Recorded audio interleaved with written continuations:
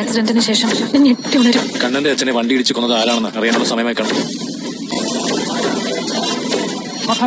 Hello, അങ്ങനെ നമ്മുടെ മഹാലക്ഷ്മി പുതിയ പ്രമോൾ നമ്മൾ കാത്തിരുന്ന നിമിഷം എത്തി പ്രേക്ഷകരെ. ഇപ്പോഴെങ്കിലും വന്നത് മഹാഭാഗ്യം.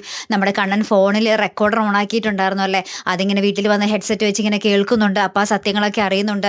അന്നത്തെ ആക്സിഡൻറ്റിലാണ്, അതായത് മഹാലക്ഷ്മിയും ആ വണ്ടിയിൽ തൻ്റെ രണ്ടാനച്ഛനോടൊപ്പം ഉണ്ടായി എന്നുള്ളൊരു കാര്യം നമ്മുടെ കണ്ണൻ അറിയുകയാണ്. പ്രതാപൻ തന്നെയാണ് തൻ്റെ അച്ഛനെ കൊന്നത് എന്ന കാര്യം സത്യം അറിയുകയാണ്. അങ്ങനെ ഇവർ ചർച്ച ചെയ്യുന്ന മൊത്തം കാര്യങ്ങളും നമ്മുടെ കണ്ണൻ കേൾക്കുന്നുണ്ട്, അറിയുകയാണ്. അപ്പോൾ തന്നെ എന്നിട്ട് കണ്ണൻ ഇതൊക്കെ കേട്ടിട്ട് ഭയങ്കര ദേഷ്യത്തിൽ ഇങ്ങനെ എണീറ്റ് നിന്നിട്ട് ഇനി എനിക്ക് ആരെയും വിശ്വാസമില്ല, എൻ്റെ ജീവിതത്തിൽ എല്ലാം നഷ്ടപ്പെട്ടു എന്നൊക്കെ പറഞ്ഞ് കാർ എടുത്തിട്ട് എങ്ങോട്ടേക്കോ പാഞ്ഞു പോകുന്നുണ്ട്.